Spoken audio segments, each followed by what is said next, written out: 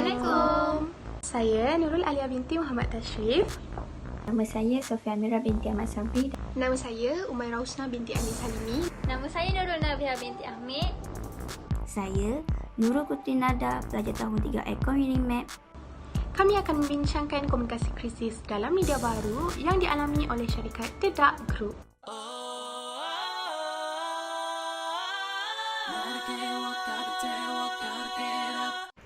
Seperti yang kita tahu, media sosial kini merupakan satu platform yang sangat penting dalam dunia perniagaan kerana ia sangatlah mudah, cepat, pantas dan mampu menarik lebih ramai perhatian para pelanggan. Sebagai contoh, aplikasi Facebook. Facebook merupakan satu aplikasi yang menyediakan ruangan khas bagi para peniaga mempromosikan produknya dengan mudah. Namun, mereka juga menghadapi beberapa krisis, antaranya penyebaran maklumat palsu. Penyebaran maklumat palsu boleh terjadi kerana mereka boleh dilakukan dengan sangat mudah. Jadi, para pelanggan boleh terpedaya dengan berita palsu tersebut. Dalam kajian ini, kami telah memilih syarikat Dark sebagai satu syarikat yang sering dilanda krisis-krisis di Malaysia. Syarikat Dark atau Dark Group merupakan syarikat yang ditubuhkan pada tahun 2014 oleh seorang blogger yang terkenal iaitu Bibi Yusof. Bibi Yusof merupakan seorang blogger terkenal yang sering menampilkan dirinya dengan fashion muslimah yang terkini. Popularitinya melonjak dalam kalangan para muslimah. Kini, syarikat Dark telah mengeluarkan pelbagai jenis produk iaitu kain telekung, kasut, blouse, skincare dan sebagainya. Hal ini demikian kerana syarikat Dark ingin memastikan bahawa para pelanggan tidak merasa cepat bosan dan para pelanggan boleh melakukan pelbagai jenis pilihan. Selain itu, syarikat Dark juga bukan sahaja menyasarkan pelanggan yang bermuslimah, tetapi mereka juga menyasarkan pelanggan yang bukan bermuslimah. Hal ini ingin memastikan syarikat Dark sentiasa menjadi pilihan dan dikenali oleh semua pihak. Secara keseluruhannya, Bibi Yusof merupakan seorang peniaga yang sentiasa berada dalam keadaan bersedia dalam menghadapi apa-apa temahan negatif yang diberikan oleh para netizen. Bahkan beliau tidak pernah melatah dalam menyelesaikan masalah beliau. Jadi kita dapat lihat bahawa komunikasi krisis ini amatlah penting dalam dunia perniagaan.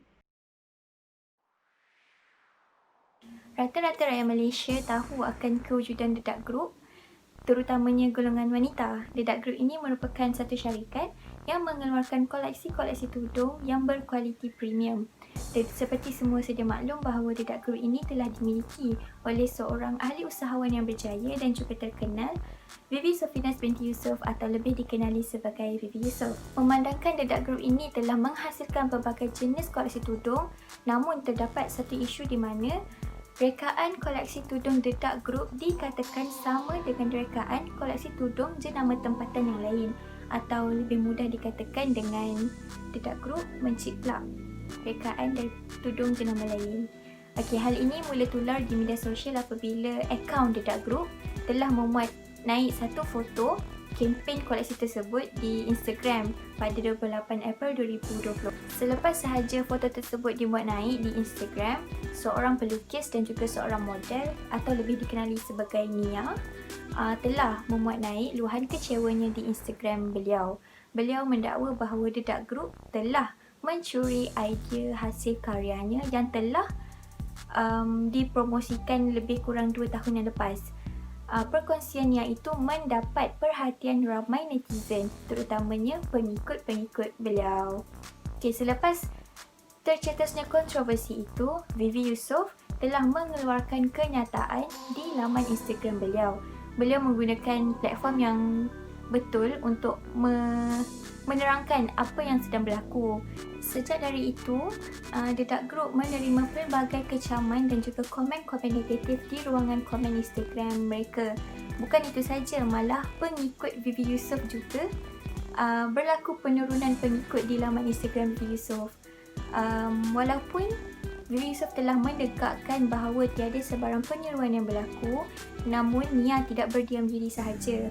Beliau mengeluarkan pelbagai bukti yang menyatakan bahawa Vivi Yusof tetap meniru koleksi daripada beliau. Peminat dan pengikut Vivi Yusof terutamanya berasa kecewa dengan apa yang telah berlaku sehinggakan ada di antara mereka yang tidak lagi menjadi pembeli kepada produk itu. Ada juga di antara netizen yang bukan pengikut Vivi Yusof pun memboikot produk tersebut. Walau bagaimanapun, kempen koleksi tudung tersebut diteruskan kerana menurut Vivi Yusof, kempen tersebut adalah kolaborasi di antara The Dark Group dengan program amal untuk membantu anak-anak yatim semasa pandemik COVID-19 ini. Setelah apa yang berlaku di antara pihak Vivi Yusof dan Nia, tiada sebarang permohonan maaf yang dikeluarkan oleh Vivi Yusof terhadap Nia. Hal ini menimbulkan kemarahan netizen kerana Vivi Yusof tidak sama sekali menghormati perasaan pihak Nia itu sendiri. Kebanyakan netizen masyarakat telah memboikot produk The Dark Group ini, termasuklah seorang model yang juga rakan kepada Nia telah menyeru kepada rakan-rakan modelnya yang lain untuk tidak lagi bekerjasama dengan Vivi Yusof, tanda boikot mereka terhadap produk itu. Pada pendapat saya, apa yang perlu dilakukan oleh pihak Vivi Yusof dan rakan sekerjanya pertama adalah membuat permohonan maaf secara terbuka kepada pihak Nia. Walaupun dikatakan tak ada sebarang penyeruan yang berlaku, namun permohonan maaf boleh melembutkan hati pihak Nia. Okey, yang kedua adalah memandangkan dunia sekarang semakin moden dan teknologi semakin berkembang.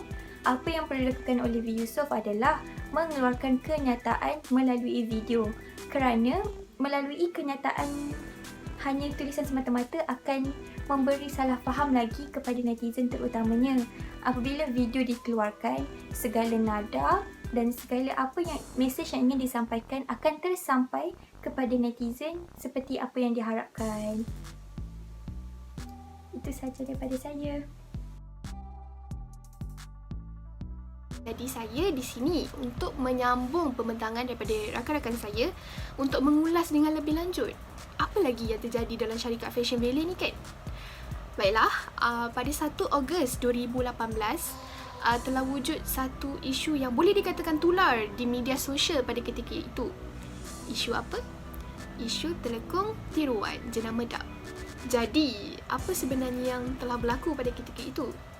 Baiklah, sedikit kronologi kes ini, ia bermula apabila Vivi Yusof meluahkan rasa kecewanya di laman Instagram miliknya, iaitu dengan memuat naik satu Instastory mengenai sikap segelintir golongan yang sanggup untuk menghasilkan produk tiruan jenama syarikatnya iaitu Dark dan menjualnya dengan harga yang lebih murah di pasaran dengan alasan bahawa produk tersebut adalah reject item daripada Vietnam.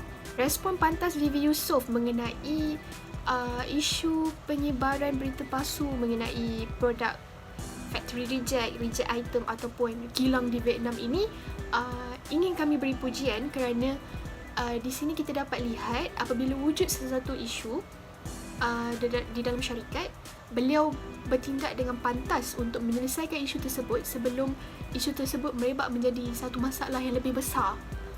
Namun, perkara ini menjadi tular bukan disebabkan oleh penyebaran berita palsu mengenai lokasi kilang di Vietnam ataupun reject item dan sebagainya, tetapi ianya adalah berpunca daripada posting Vivi Yusof sendiri di mana sesetengah netizen anggap ianya agak keterlaluan dan sinis. I cannot brain how people can even buy fake telekong to pray also. Kenyataan Vivi Yusof yang terakhir inilah yang menimbulkan ketidakpuasan hati dalam kalangan netizen kerana netizen menganggap bahawa Vivi Yusof ingin mendakwa bahawa perbuatan itu adalah perbuatan yang berdosa dan solat mereka tidak sah. Kenyataan Vivi Yusof inilah yang menyebabkan beliau menerima pelbagai kecaman, tomahan, tuduhan dan sebagainya daripada pihak netizen. Dan isu ini bukan sahaja panas di Instagram tetapi berlarutan sehingga ke laman sosial Twitter.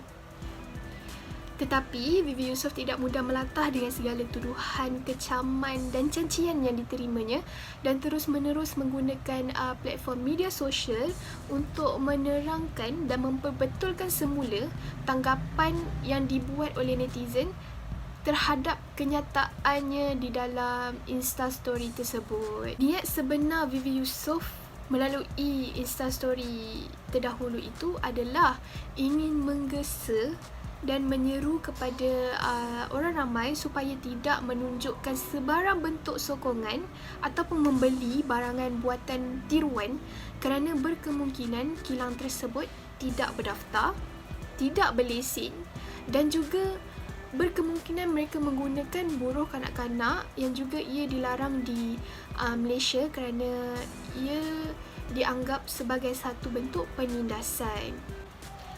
Hasil daripada penerangan tersebut, ramai dalam kalangan netizen memohon maaf kepada Vivi Yusof kerana tersilap anggap tentang kenyataannya. Dan Vivi Yusof mengambil inisiatif untuk memaafkan semua orang kerana amat faham dengan lumrah media sosial di mana setiap kenyataan yang dibuat pasti akan ada yang tersilap tafsir, dan perkara ini bukan sahaja terjadi dalam kalangan mereka yang berpengaruh ataupun mereka yang terkenal tetapi juga kepada orang awam. Akhir sekali, pada pandangan kami, tindakan pantas Vivi Yusof untuk menggunakan platform media sosial bagi menyelesaikan masalah tersebut yang juga berpunca daripada media sosial seharusnya diberikan pujian dan dicontohi. Sekian, terima kasih. Okey, baiklah saya akan menerangkan tentang isu yang seterusnya, iaitu berkaitan dengan produk kolaborasi antara Marvel dan juga Dark Group. Okey, seperti yang kita tahu, Marvel merupakan satu studio produksi yang sangat terkenal dan salah satu filem di bawah mereka adalah Avengers Endgame. Okey, pada 16 Jun 2020, Dark telah mengeluarkan satu kenyataan rasmi di dalam laman sosial Instagram mereka, iaitu mereka akan membuat satu produk kolaborasi bersama Marvel dengan menggunakan hashtag Darkscarf dan juga Marvel Fit Dark.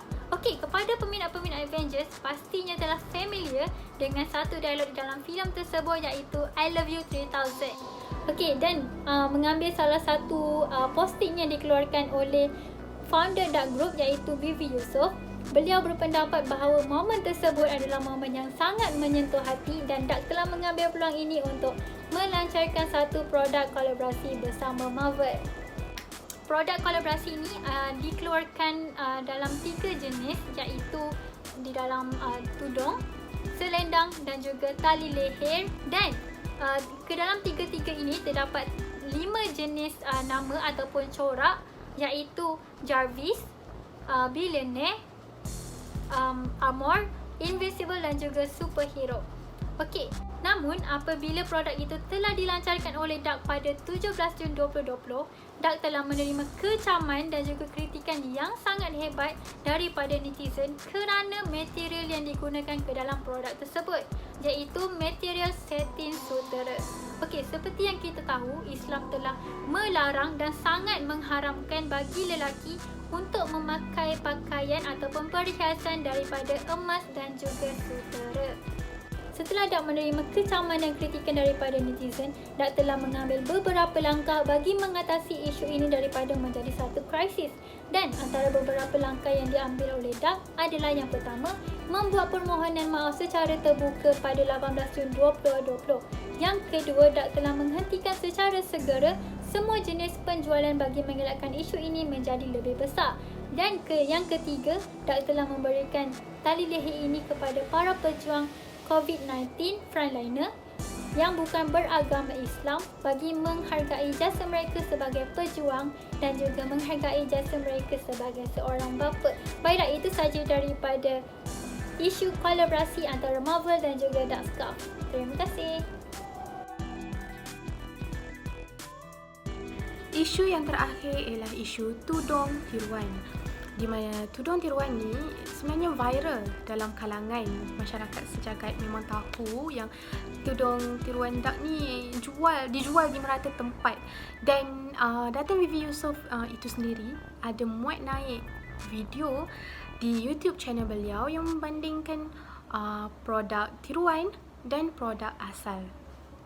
Selain itu, kaedah penyampaian maklumat kepada orang ramai adalah sesuai kerana mereka menggunakan platform media sosial sebagai platform utama, iaitu Instagram dan juga YouTube.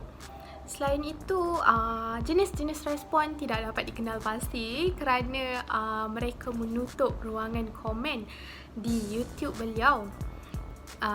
Tetapi ada juga yang sesetengah netizen ni berani dengan DM pengasas itu sendiri, ya, Vivi Yusof di IG, dan Vivi Yusof mengendalikan komen-komen dan DM tu dengan baik. Di samping itu, cara untuk mengatasi krisis tersebut mereka efektif kerana mereka mempunyai ramai pengikut. Datin Vivi Yusof mempunyai lebih daripada 200 juta pengikut di Instagram dan YouTube. Datin Vivi Yusof tu sendiri ada hampir mencecah 300,000 subscriber. Dan kesan krisis kepada The Dark Group tu, syarikat itu lebih dikenali, dan pada pendapat saya mereka perlu mencuba lagi lah dalam mengendalikan setiap media sosial seperti Twitter dan Facebook, kerana mereka hanya aktif di YouTube dan Instagram sahaja. Kadang-kadang tak semua orang ada masa untuk tengok video YouTube yang berdurasi hampir kesemuanya. Setiap video tu hampir setengah jam. Jadi tak semua orang ada masa. And itu sahaja yang perlu dibaiki dan ditambah baik oleh mereka. Yang lain bagi saya semua okey. Secara keseluruhannya, Vivi Yusof merupakan seorang penyaga yang sentiasa berada dalam keadaan bersedia dalam menghadapi apa-apa temahan negatif yang diberikan oleh para netizen. Bahkan beliau tidak pernah melatah dalam menyelesaikan masalah beliau. Jadi kita dapat lihat bahawa komunikasi krisis ini amatlah penting dalam dunia perniagaan. Bahkan komunikasi krisis ini juga dapat membantu para peniaga mengenali para pelanggannya dengan lebih mendalam. Jadi, sekian daripada kami. Kami harap bahawa perkongsian kami dapat membantu anda semua memahami lebih mendalam mengenai komunikasi krisis dan isu-isu yang pernah dialami oleh syarikat DARK. Jadi, sekian daripada kami. Assalamualaikum.